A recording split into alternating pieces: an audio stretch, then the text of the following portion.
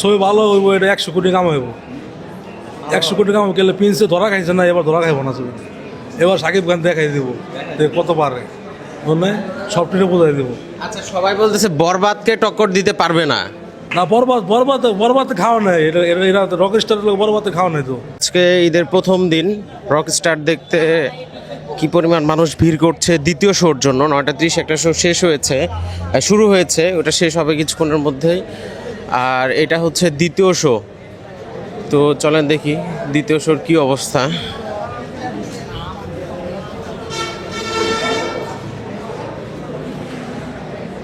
দ্বিতীয় শোর জন্য কিন্তু মানুষজন এখানে লাইন ধরে আছে। এই যে রকস্টার, অবস্থা তো ভালো ভাই। রকস্টার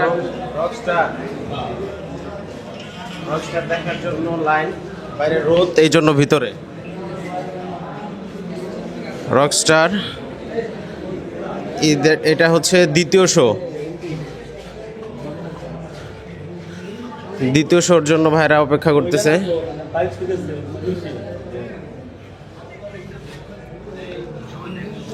প্রথম শো এখনো শেষ হয়নি।